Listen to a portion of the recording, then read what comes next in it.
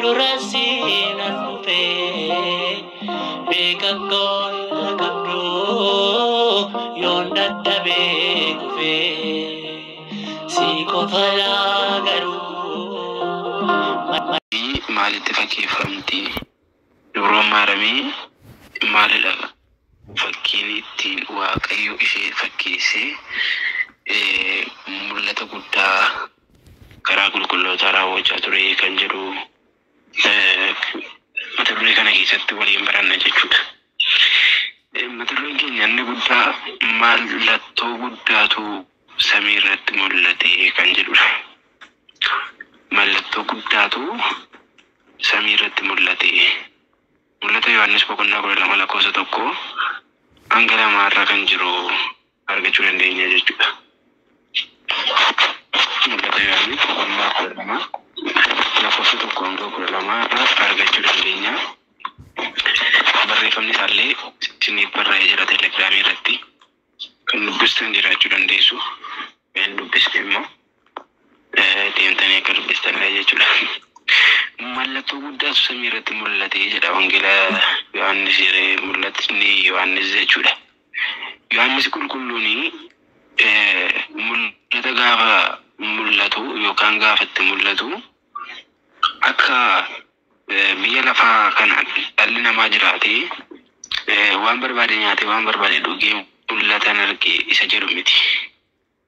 Mul'ati Yohaannis mul'ata isaa kan biyya lafaa isatti foonni keenya ittiin jiraatu osoo hin taane kan ittiin hafuuraan jabaannee lubbuun keenya jabaattee kan ittiin mootummaa Waaqayyoo ittiin dhaaltu malee kan ittiin foonni keenya ittiin cimee foon keenyaan kan ittiin biyya lafaa irratti hin jiraannu miti. Mul'atni inni itti mul'atu jechuudha Yohaannis qulqulluun. Kanaafidha abbaa mul'ataa jedhamee kan inni maqaan isaa moggaafamee fi abbaa mul'ataa jedhamee kan inni waamamu Yohaannis jechuudha. Wangeela gara xumuraa kakuu haaraa keessatti kan nuti qonnaa tokko kaasni argannu bal'inaan mul'atni Yohaannis waan baay'eedha. Gara fuulduraatti wanta ta'uudhaa fi gara booddeetti wanta ta'ee darbee fi isa ta'ee darbee sana gara fuulduraatti akka ta'u kan beeku Yohaannis kan mul'atedha jechuudha. Waaqayyo fakkeenyaan raajiin mul'ataan abjuu fi ifa ba'uun karaa jaallatamtoota isaa ergaa isaanii dabarsaa jedha. Gooftaan keenya fayyisaan keenya Iyyasuus Kiristoos karaa qulqullootaadhaa, karaa raajootaadhaa, karaa bartootaadhaa, karaa duuka bu'ootaadhaa, karaawwan adda addaadhaa mul'ataa fi abjuu fi ifa ba'uun yookaan dhugaa ba'umsi isaanii karaa qulqullootaadhaan ta'a. Gooftaan keenya fayyisaan keenya Yesuus Kiristoos karaa qulqullootaa isaatii maal raawwachaa tureera? Dhugaa ba'umsa raawwachaa tureera. Dubreen maaramii jalqaba irratti raajaan Isaayyaas dubroon maaramii ni dhalatti jedhee jalqabuma irratti akkuma raaje. Dubbi durbummaan ulfooftee durbummaan ni deessi. Maqaa isaa samaan hojjette immoo gaassi jedhee utuu dubreen maaramiidhaa garaa haannaa keessa hin buliin, utuu dubreen maaramiidhaa garaa haannaa keessatti hin taa'iin dursee maal godheera? Dursee raajeera jechuudha. Raajaan Isaayyaas. Isa ganaa ta'uuf jedhu raaja laalaa argitanii. Isa ganaa raawwachuuf jedhu raaja. Inni hafuura qulqulluudha. Humna hafuura qulqulluudhaanitu raajee lafa ka'e. Barreesseetu lafa ka'e jechuudha. Kanaaf mul'ataan, abjuudhaan, raajiidhaan, wantoota garaagaraadhaan akka isaan dubbatan, akka isaan barreessanii ka'anii gooftaan keenya fayyisaan keenya Yesuus Kiristoos bartoota isaatti fayyadamee qulqulloota isaa ajajee duuka bu'oota isaa ajajeetu akka isaan raawwatan godha jechuudha. Wantoota darbanii fi dhufan ni dubbata. Gooftaan keenya fayyisaa keenya Yesuus Kiristoos wantoota kanaan dura darbanii fi wantoota ganaa fuula keenya dura dhufanii karaa qulqullootaa ni dubbata. Karaa raajootaa ni dubbata. Karaa mul'ata warroota arganii kan akka Yohaannisiin ni dubbata jechuudha. Yohaannis mul'ata darbeefaa kan argee dubbachaa ture. Kan mul'ata gara fuulduraatti dhufuufaa kan argee dubbachaa ture. Isaayyaasis kan mul'ata gara fuulduraatti dhufu kan dubbachaa ture.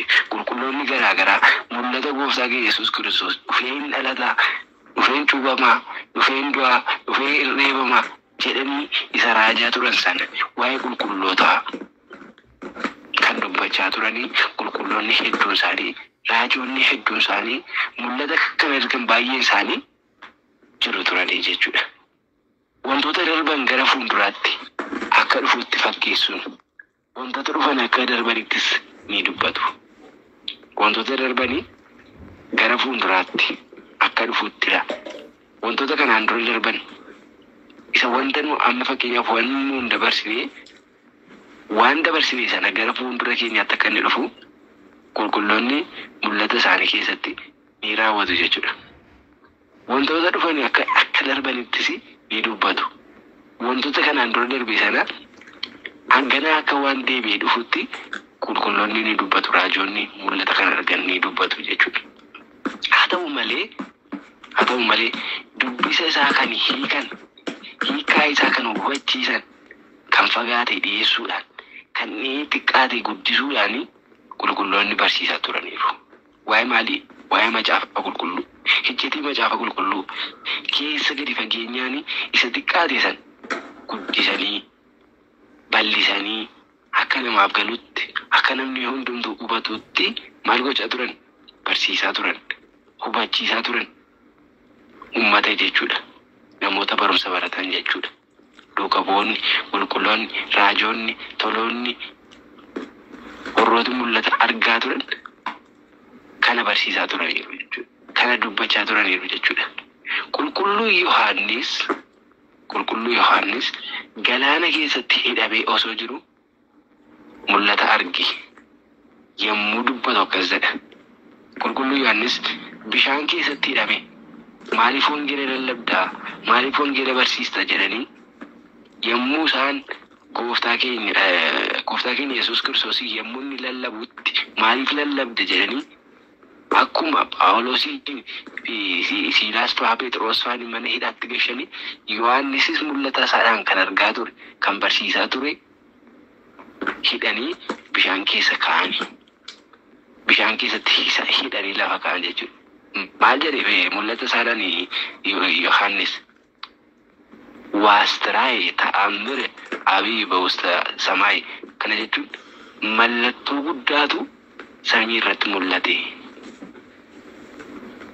Waastiraa'e ta'ammire abii ba'usta samaa'e mallattoo guddaatu samii irratti mul'ate jedhe. Qulqulluun Yohaannis jechuudha.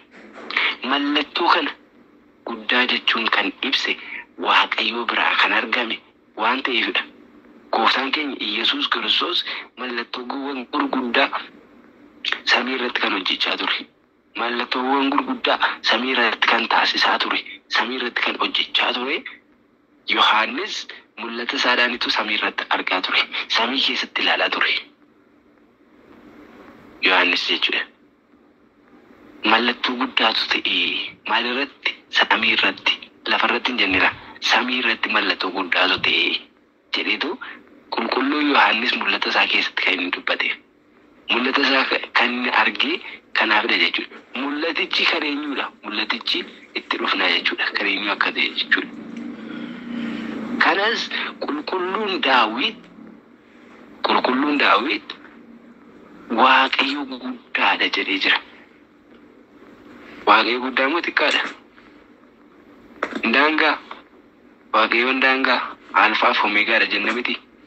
Waaqayyo alfaa fi omeegaadha hin daanga'u. Tasuma daangeessuu kan hin dandeenyedha. Tasuma daanga'uu kan hin dandeenyedha.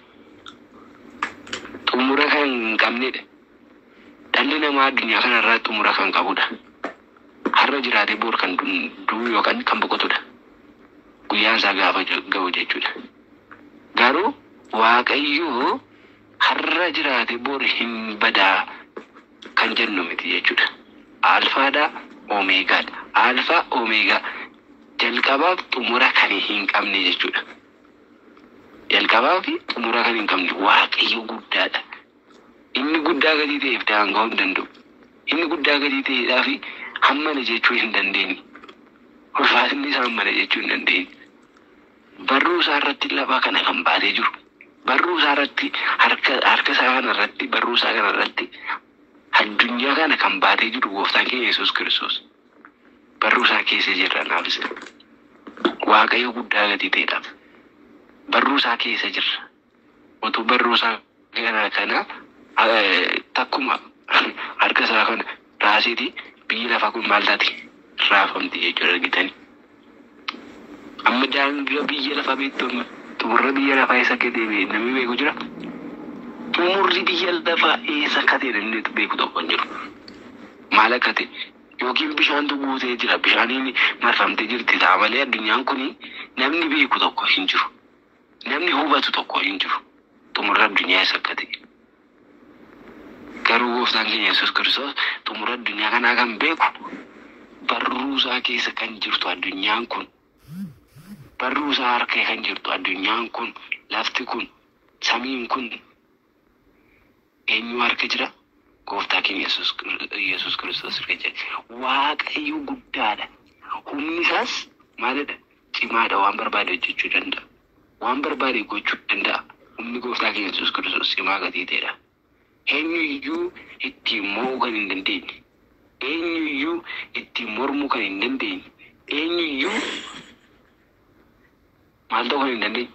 Kiristoosiin nama kan jedhu tokkollee hin jiru jechuudha. Kiristoosiin eenyuyyuu hin dadhabanii warri Yihuudootni iyyuu waan barbaadan isa godhanii dhiiksanii qoraatti mataa isaatti kaa'anii awwaalcha aaraatti dhaqanii awwaalanii hin du'e jedhanii garuu inni humna isaadhaan cimina isaadhaan du'a mo'ee gara isaa tolbe gara samii gara abbaa isaatti gara teessoo isaatti gara samiitti ol ba'e jechuudha.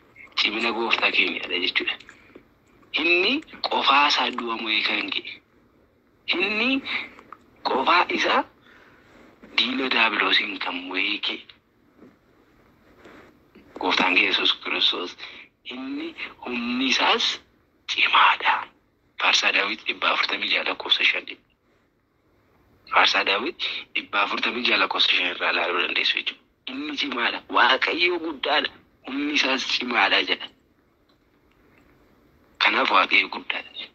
Hin madaalamuu hin danda'u. Madaalamuu hin danda'u jechuudha. Eenyuyyuu madaaluu kan hin dandeenyedha. Eenyu hammana gahaa jechuu kan hin dandeenyedha. Humni isaa hammanadha. Safaramee bukkee gahamuu kan hin danda'udha jedhame namni kamiyyuu bukkee gahuu hin danda'u jechuudha. Eenyuyyuu bukkee gahuu kan hin dandeenye waaqayyo guddaa gadi ta'eef.